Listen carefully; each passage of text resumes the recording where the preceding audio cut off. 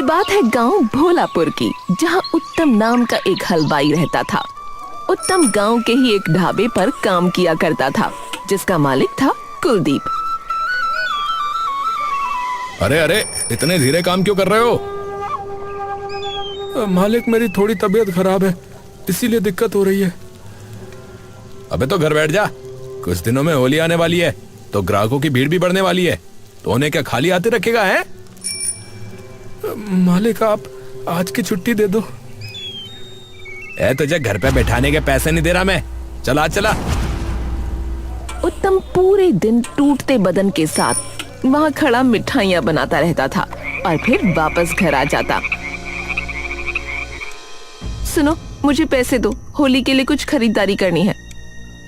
हाँ पापा, मुझे भी देना, मुझे अपना कुछ सामान खरीदना है। अरे मालिक ने अभी दिए नहीं है, 2 दिन में देंगे बेटा। हे भगवान, एक काम होली के बाद ही ले लेना। हाँ में हाँ मिलाना आता है बस तुम्हें, डरपोक कहीं के। मेरे सारे दोस्त होली खेलेंगे, बस मैं घर बैठूंगा। अरे तो क्या लड़ लूं उनसे, बता है? बाहर कर देंगे मुझे वो। अरे तो इतनी मिठाइयाँ बनानी आती है तुम्हें, खुद की दुकान खोलो ना एक छोटी सी। हाँ, अगर नहीं चली तो और कंगाल हो जाएंगे हम। यूं ही डरते रहना जिंदगी भर तुम। हमारी भी सोच लिया करो पापा कभी। अगले दिन उत्तम की तबीयत अब और ज्यादा खराब हो जाती है।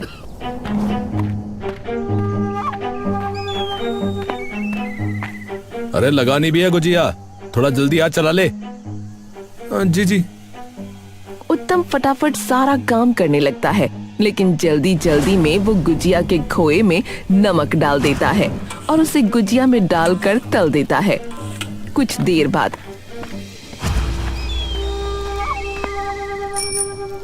अरे क्या समझ रखा है हमें भाई? अरे क्या हो गया भाई साहब? अरे इतना सारा नमक क्यों डाला हुआ है गुजिया में आपने? अरे क्या कह रहे हो भाई साहब?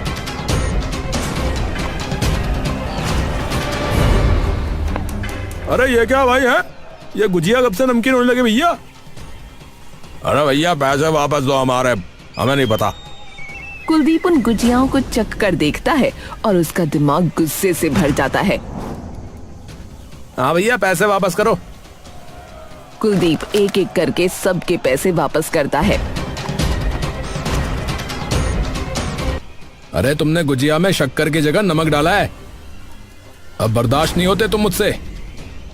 अरे पर हुआ क्या मालिक? तूने गुजिया में शक्कर की जगह नमक डाला है। हे भगवान, ये क्या हो गया?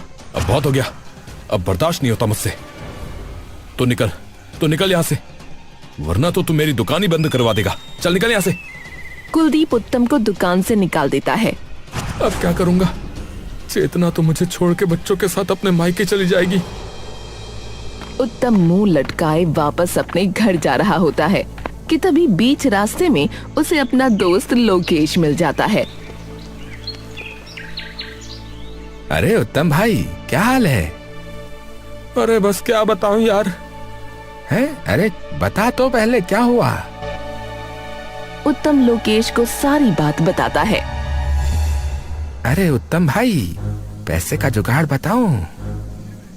अरे कैसा जुगाड़? अरे बता दूंगा यार, लेकिन ये बात जो है ना, वो हम दोनों के बीच में ही रहनी चाहिए भाई है। अरे यार, मैं क्यों किसी को बताऊंगा भला? है तो आ फिर मेरे साथ आ। लोकेश तभी उत्तम को एक सुनसान सी जगह ले जाता है, जहाँ एक पुरानी फैक्ट्री होती है। अरे भाई, ये कहाँ ले आया तू भाई? लोकेश उत्तम को उस फैक्ट्री के अंदर ले जाता है, जहाँ कई सारे लोग खड़े होते हैं। अरे ये किसे लेके आ गया रे? दोस्त है भाई मेरा। तो क्यों लाए हो? काम ढूंढ रहा है भाई, तो ये मदद कर सकता है आपके धंधे में। ठीक है, इसे अंदर दिखा जाके माल। लोकेश तभी उत्तम को अपने साथ उस फैक्ट्री के एक कमरे में ले जाता है। उत्तम उस कमरे को देखकर डर से कांप जाता है। अरे भाई ये कहाँ ले आए तुम? अरे डर क्यों रहा है? और बस इस गुप्त सामान का काम है जो करना है। अरे मैं कैसे बेचूंगा भाई? अरे कैसी बात कर रहे हो भाई? अरे हमेशा के लिए करने को कौन कह रहा है? अरे जब अपनी दुकान के लिए पैसे हो जाए तो छोड़ दियो। उत्तम कुछ नहीं बोलता। अरे भाई तू मेरा दोस्त नहीं भाई है भाई। हाँ, अरे सिर्फ 1 महीने में तू इससे इतने पैसे कमा लेगा कि तूने सोची भी नहीं होगी। हाँ। लोकेश और उत्तम दोनों बाहर चले जाते हैं। अरे देख लिया क्या? जी जी। नाम क्या है तेरा? उत्तम। उत्तम बाबू, याद रखना, अगर यहाँ गड़बड़ हुई तो दिक्कत हो जाएगी, तो सोच के करना जो करो। उत्तम ये सुनते ही घबरा जाता है और लोकेश को पीछे की ओर खींच लेता है। भाई ये मैं नहीं कर पाऊंगा, मेरे बस की नहीं लग रही। क्यों, क्या हुआ? कुछ नहीं भाई, बस थोड़ा डरा हुआ है बस। भाई साहब मैं कैसे करूंगा ये काम? अरे काम दाम कभी किया है किसी चीज का है? वो मिठाई वगैरह बनाता था। ये तो सबसे सही है, एक दुकान खोल लो मिठाइयों की और पीछे से ये भी बेचता रहियो। बहुत लोगों दूसरे सामान के साथ मीठा खाना खूब पसंद करते हैं, और जगह मैं अपने आप दिलाऊंगा, तू हाँ बोल। मैं वो अबे घर जा और आराम से सोच, और हाँ, गलती से भी आज जो देखा वो बता मत दियो किसी को, समझा? लोकेश तभी उत्तम को वहां से सीधा उसके घर ले जाता है। अरे लोकेश। नमस्ते भाभी। नमस्ते। और तुम्हें क्या हुआ? तुम्हारी क्यों हवाइयां उड़ी पड़ी हैं? हे भगवान, क्या हो गया इन्हें? लोकेश चेतना को सारी बात बता देता है। अरे अब तुम ही बताओ कि क्या ये सही है? अरे तो कौन सा आपको पूरी जिंदगी करना है? बस कुछ महीने करना है, और जब अपनी दुकान खोलने के पैसे हो जाएं तो मत करना। अरे पर ये गलत है भाई।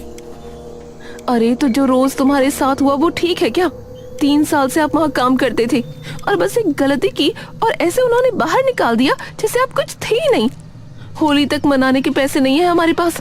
अरे हमने 2 साल से एक कपड़ा तक नहीं खरीदा, तो वो ठीक है। और जो ये रईस घूम रहे हैं, तुम्हें क्या लगता है वो नहीं करते ये सब? अरे वो तो हम जैसे लोगों को मार के चौराहे पर भी टांग देना, उन्हें तब भी कुछ नहीं कहेंगे कोई। तो बताओ क्या वो ठीक है? कमरे में कुछ देर के लिए सन्नाटा छा गया।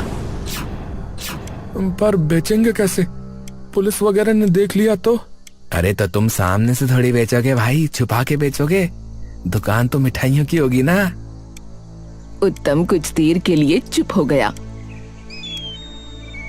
ठीक है, पर दुकान? अरे वो जग्गा भाई अपने आप देख लेंगे भाई, उनके पास बहुत सारी जगह है।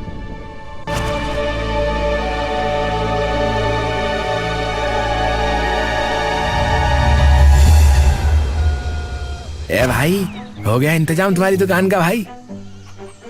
क्या क्या सच में? हाँ चलो आओ, आप दोनों को दिखाता हूँ, चलो। ये तो सही है। हाँ, और भाभी मिठाइयाँ वगैरह बनाने के लिए तो बर्तन घर वाले ही इस्तेमाल कर सकते हैं। हाँ हाँ, और क्या? अब फिर शुरू कब से करना है? ए भाई तुम आज से ही शुरू कर दो, मैं शाम तक बाकी अपने वाला सामान भी ले आता हूँ। होली आ रही है तो गुजिया और रबड़ी जलेबी बना लेंगे। अरे ठीक है भाई, तो फिर तुम तैयारी करो, तब तक मैं दूसरा सामान भी ले आऊंगा। शाम तक दुकान पर सारा सामान अपनी अपनी जगह लग गया। हाँ भाई, मैंने सामान अंदर रख दिया है, ठीक है? ठीक है भाई, ठीक है। अगले दिन से ही वो दुकान शुरू कर देते हैं और कुछ देर में बल्लू नाम का एक इंसान वहां आता है। और इसे बता देना कि अंदर और सामान भी रखा है। ये बल्लू तो एक नंबर का शराबी है वैसे भी। हाँ ये तो ठीक कहा। अरे उत्तम भाई, मुबारक हो, नई दुकान कर ली है। अरे धन्यवाद भाई। चलो 2 किलो गुजिया कर देना भाई मेरे लिए। बल्लू भाई वैसे आपके मतलब का और सामान भी रखा है। मेरे मतलब का कौन सा सामान? अरे मतलब खाने के साथ साथ पीने का भी सामान है। भाई सही बताओ भाई, सही बोल रहे भाई। कहाँ है? अरे भाई मुझे बता दो और पीछे की खिड़की से ले लो जाके। भाई ये तो बहुत बढ़िया कर लिया भाई।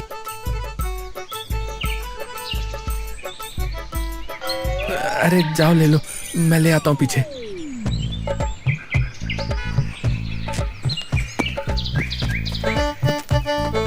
कुछ ही देर में बल्लू की गुजिया भी बनकर तैयार हो जाती है। अरे ये लो भाई। भाई मौज कर दी आज तो आपने। अरे कोई दिक्कत नहीं है भाई, अगर और किसी को जरूरत हो तो उन्हें भी बता देना है। अरे भाई शाम तक तुम देखना भाई, शाम तक कैसी लाइन लगती है तुम्हारी इस दुकान के बाहर। ठीक है भाई, बता देना। और शाम तक बल्लू की बात सच हो जाती है। दुकान के बाहर इकट्ठा हो जाते हैं और रात तक दुकान का सारा सामान खत्म हो जाता है। तभी लोकेश वहां आता है। हाँ भाई, कैसा रहा? अरे भैया बहुत बढ़िया। और लोकेश यार, तू है यार मेरा सच्चा दोस्त यार। तूने बचा लिया भाई मुझे। और हाँ, तेरा सारा सामान खत्म हो चुका है तो कल और लेके आना पड़ेगा। अरे हाँ भाई, अरे वो तो मैं अपने आप ही ले आऊंगा, तो उसकी चिंता मत कर। है कुछ दिन दुकान पर जमकर बिक्री होती है, लेकिन एक दिन अरे भाई मेरा काम करो पहले। तभी गांव का रहने वाला माधव विपुल को साइड कर देता है। मैं पहले आया था तो मुझे मिलेगा पहले। माधव और विपुल में तभी जिद बहस शुरू हो जाती है।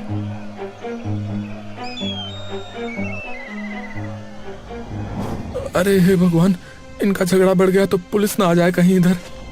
उत्तम तभी दौड़कर वहां जाता है। अरे भैया रुको रुको, अरे शांत खड़े रहो। विपुल और माधव अलग खड़े हो जाते हैं और उत्तम दोनों को उनका सामान देकर वहां से भेज देता है। कभी कभार लगता है कि कुछ गलत तो नहीं कर रहे हम। आज तो चलो मैं था, कल को पी के कोई बाहर लड़ पड़ा और भगवान न करे बात बढ़ गई तो। अरे तुम इतना मत सोचो आज के बारे में, ये सब तो काम धंधे में होता ही रहता है। अगर तुम उन्हें नहीं दोगे सामान तो वो कहीं और से ले लेंगे। हाँ बात तो तुम्हारी वैसे सही है।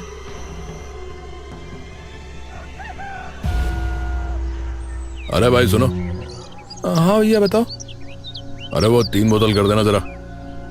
उत्तम कुछ देर के लिए महेंद्र की ओर देखता रहता है। तुम तो उसके भाई हो ना, मनीष के? मेरे बेटे का दोस्त है वो। हाँ बेटा ये जो कर रहे हो ना, ये वैसे ठीक आदत नहीं है। कुछ नहीं रखा इन चीजों में। अरे वो मेरे लिए नहीं है, वो मेरे घर पे मेहमान आए ना तो उन्होंने मंगवाई है। आ जाओ जरा पीछे फिर। उत्तम उसे पीछे की खिड़की से उसका सामान दे देता है। कुछ देर तक सब सही चल रहा होता है कि तभी लोकेश दौड़ता हुआ आता है। अरे उत्तम, उत्तम। अरे लोकेश, अरे क्या हुआ भैया? अरे वो मुझे नंदू पड़ा मिला था रास्ते में। नंदू पड़ा मिला था मतलब? अरे उसके सिर पे चोट लगी हुई थी। अरे तो अभी कहाँ है वो? मैंने सबसे पहले उसे अस्पताल में भर्ती करवाया और फिर यहाँ आया हूँ। उत्तम और चेतना दुकान बंद करके तुरंत अस्पताल पहुंच जाते हैं। डॉक्टर साहब ये ठीक तो है ना? हाँ हाँ ठीक है। वो तो सही हुआ कि आप लोग इसे सही वक्त पर ले आए। ये सब हुआ कैसे पर? नंदू बेटा तू ठीक तो है ना? हाँ माँ। और ये सब कैसे हुआ है? कैसे हुआ ये? वो मनीष है ना? महेंद्र और उसके दोस्त तभी उसके सामने आ जाते हैं। हाँ भाई, अपने बाबा को बोल जो काम है वो करे, ज्यादा ज्ञान ना दे लोगों को। अरे मेरे पापा के बारे में ऐसे बात क्यों कर रहे हो आप? करूंगा। मेरे पापा को कुछ मत बोलना। फिर गुस्से में आके उन्होंने ये कर दिया। मैंने कैसे ना कैसे आपके पास आने की कोशिश की, लेकिन बीच रास्ते में लोकेश काका ही मिल गए। उत्तम के मुंह से एक शब्द नहीं निकलता और वो सीधा कमरे से बाहर चला जाता है, जहां लोकेश उसका इंतजार कर रहा होता है। मैंने कहा था कि हम गलत कर रहे हैं, कहा था मैंने। हैं? देख ले अब मेरे ही अपने बच्चे पे बात आ गई। भाई लोकेश, भाई अपना सामान वापस ले जा भाई, और मना कर दे उन्हें भी कि मैं अब ये नहीं करने वाला। भाई हाथ जोड़ता हूँ। अरे भाई तू क्या बोल रहा भाई? अरे इतनी जल्दीबाजी मत कर यार। अरे नहीं भाई, हो गया मेरा भाई, अब नहीं। अरे भाई तू तो बिगड़ ही गया। अच्छा ठीक है, मैं देखता हूँ। कुछ देर में उत्तम और चेतना नंदू को लेकर वापस अपने घर आते हैं। अगले दिन चेतना और उत्तम घर पर बैठे होते हैं कि तभी उनके दरवाजे पर जोर से दस्तक होती है। चेतना जाकर दरवाजा खोलती है। तभी उत्तम देखता है कि सामने जग्गा अपने गुंडों के साथ खड़ा है। अरे आप कौन हैं? अरे अपने पति से पूछ।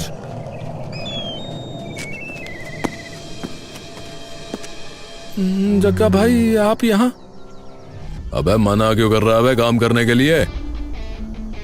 भाई मुझसे नहीं होगा ये, अब इससे लोगों की जिंदगी बर्बाद होती है।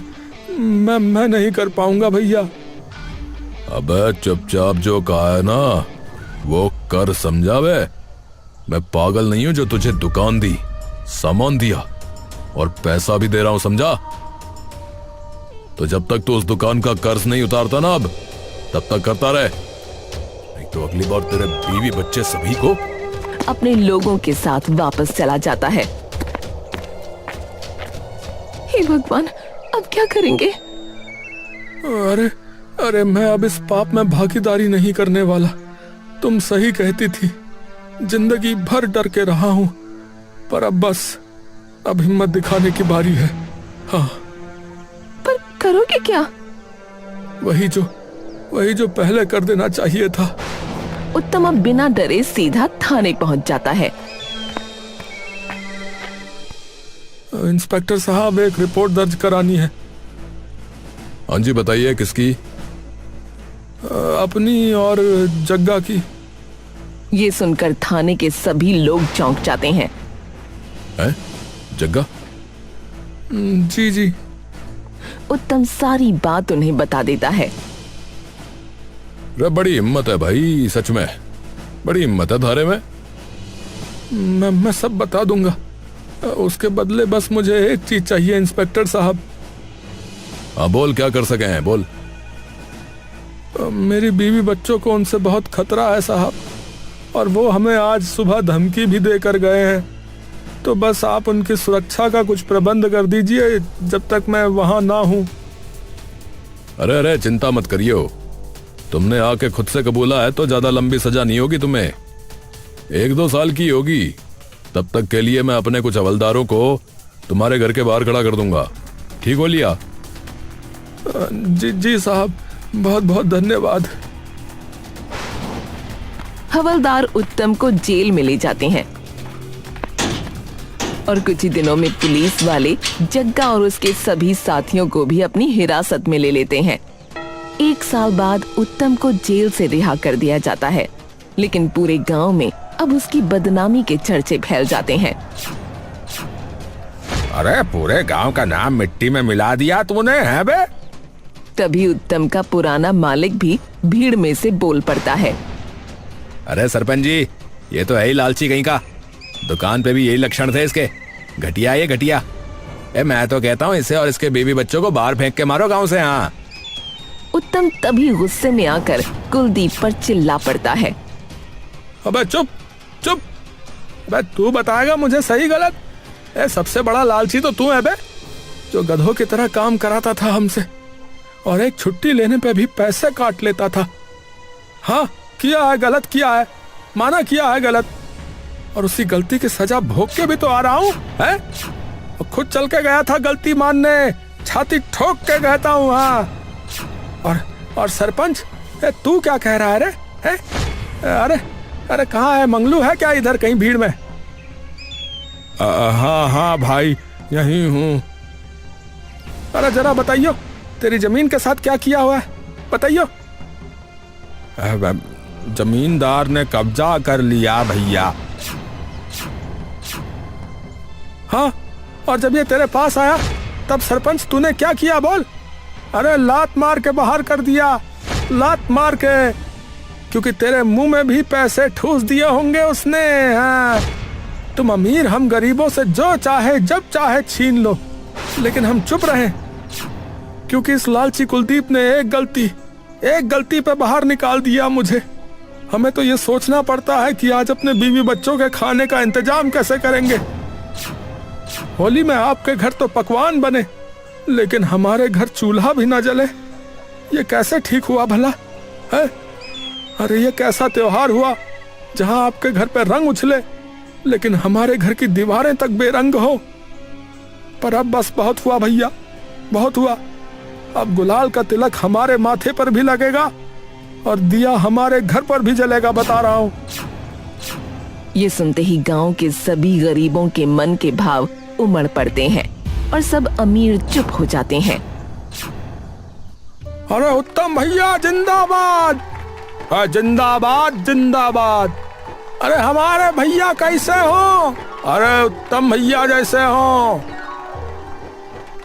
उत्तम भाई जिंदाबाद जिंदाबाद जिंदाबाद।